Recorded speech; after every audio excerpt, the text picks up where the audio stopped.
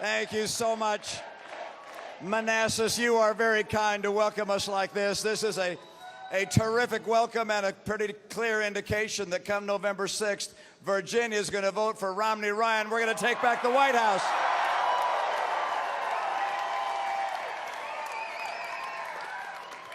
Now, today was a good day for me, I got to tell you.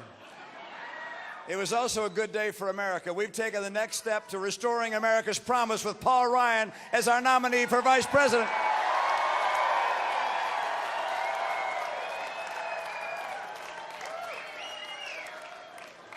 This is a man who I think you know pretty well. If you said one word about Paul Ryan, it would probably be leader. This is a man who learned leadership young, because leadership is a function of character and courage.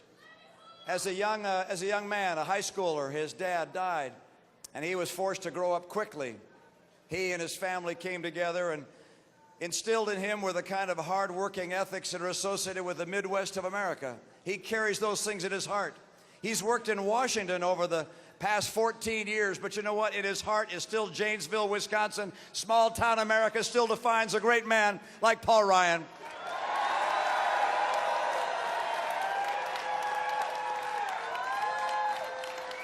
He didn't go there with ambition to become something big. He went there with ambition to accomplish something big.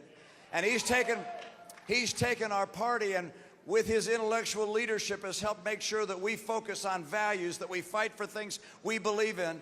Sometimes our party has gone astray over the past years. And Paul Ryan said, no, bring it home to the things we care about. Make sure we care for our seniors, we care for our kids, and we stop spending what we don't have.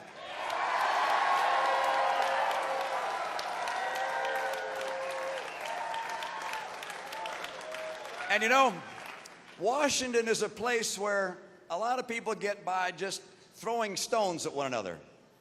But he took a different approach. He tried to reach across the aisle with friends in our party and people on the other side of the aisle. He's one of those who realizes that honest people can have honest differences. And so he's worked with Democrats and Republicans to work on major pieces of legislation that help people. Right now, there's one that he's put out there. You see, the president has put a plan out on Medicare. He cuts Medicare $700 billion through his Obamacare plan. And what Paul Ryan and Senator Wyden have done is said, no, we need to restore and retain and protect Medicare. That's what our party will do.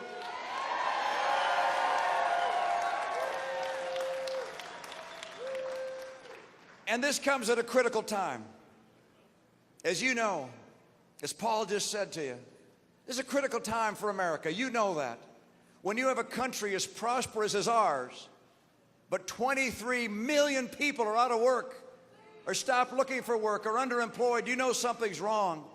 You know, when you have a nation that invented public education, and our kids are now getting an education that scores in the bottom third of the world, you know something's wrong.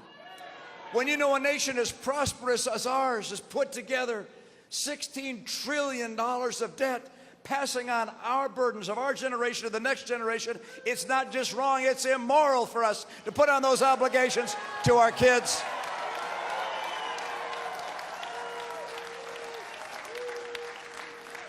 Candidate Obama said that he was going to cut the cost for an average family of their health care premium by $2,500.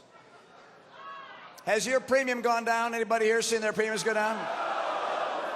No, as a matter of fact, the average family has seen their premiums go up by $2,500. A $5,000 difference in a nation with a median income just about $50,000. Think what that means. Gasoline prices have doubled. These are critical times in this country. And so you have a choice. America's going to have a choice. I think I know what you guys are going to do, right? America's going to have a choice. They've seen the product of the Obama plan. It's been executed over the last 3.5 years. It hasn't worked. Middle-income families are getting squeezed. People can't find work. We have a very different plan. We don't want America to become Europe with high unemployment, no wage growth, economic calamity at the door. We want to restore the principles that made America the hope of the earth. And so we'll do this. We're going to do 5 things. 5 things that'll get this economy going again with more jobs and more take-home pay. These 5 things. 1, take advantage of our energy resources: oil, coal, gas, nuclear, renewable. Get America energy independent. That's number 1. Number 2, we need to make sure that our people have the skills to succeed, not just those in the workforce today, but also our kids. We will make sure that our schools are focused on the needs of our kids and the parents and the teachers, and the teachers union is going to have to take a back seat.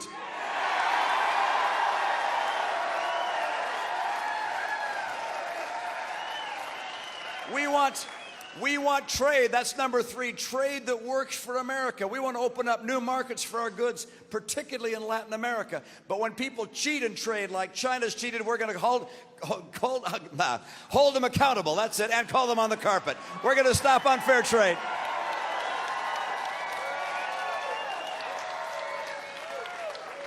So number 1, energy. Number 2, skills. Number 3, trade. Number 4, we're going to finally do something politicians have talked about for years, and that is we're going to cut spending, cut the deficit, and finally get us on track to a balanced budget.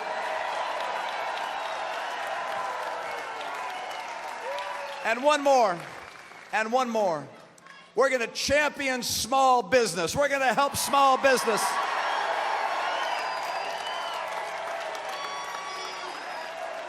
We want low taxes for small business and regulators that encourage small business. And by the way, there's a big cloud hanging over small business today. You go ask them what they're worried about. And one of the things they'll tell you is they're worried about the cost of health care because of Obamacare. We're going to get rid of Obamacare and replace it with something that works for the American people.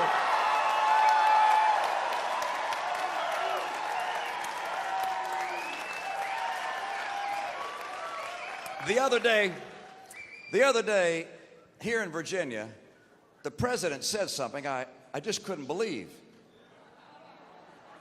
I couldn't imagine he actually said it, you know, and I looked it up. He said, if you have a business, you didn't build that, someone else did that.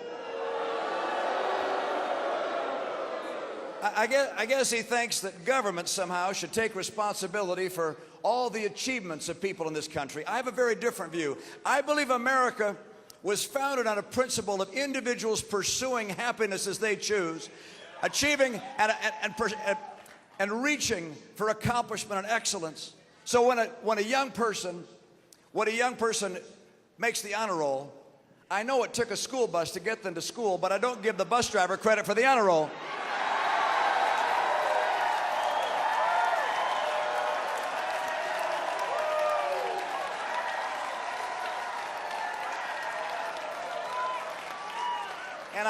And I know that if in your work you spend some extra time finding a way to do the things that other people perhaps can't do at that work site, and you get a promotion, I know that to get to work you had to have a driver's license, but I don't give the person at the DMV the credit. I give the person who achieved that advance, the promotion, the credit.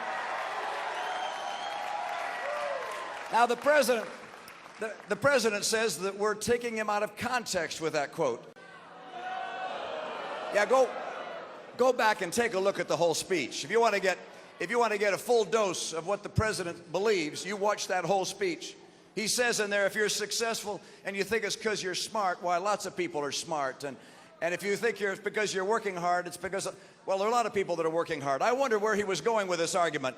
You see, my own view is that we welcome and celebrate people who work hard to improve their skills and reach for achievement. This is the nature of America. America was founded on a principle that our rights did not come from government. Our rights came from the Creator.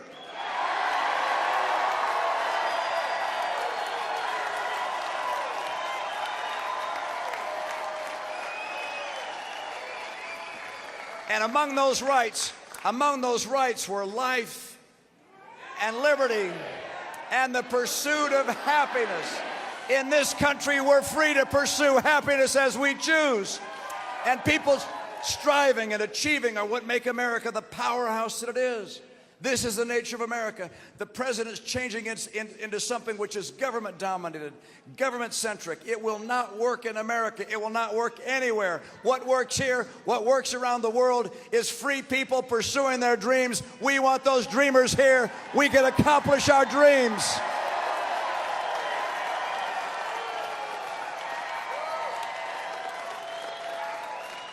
And so looking at that kind of record that the president has, and contrasting it with our vision of optimism, bringing back a dynamic and powerful economy with more jobs and more take-home pay, the president, understandably, has resorted to a very unusual campaign.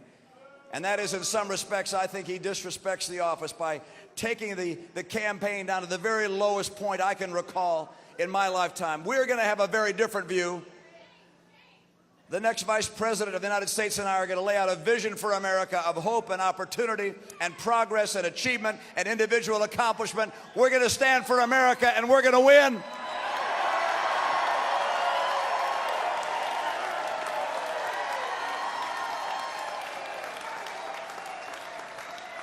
I love this country. I love America. I know you love America. That's what brings you here. This is not about me. It's not about him. This is about America, the country we love. It's in trouble. It needs our help. We're going to take it back and make sure America remains the hope of the earth. Thank you so much.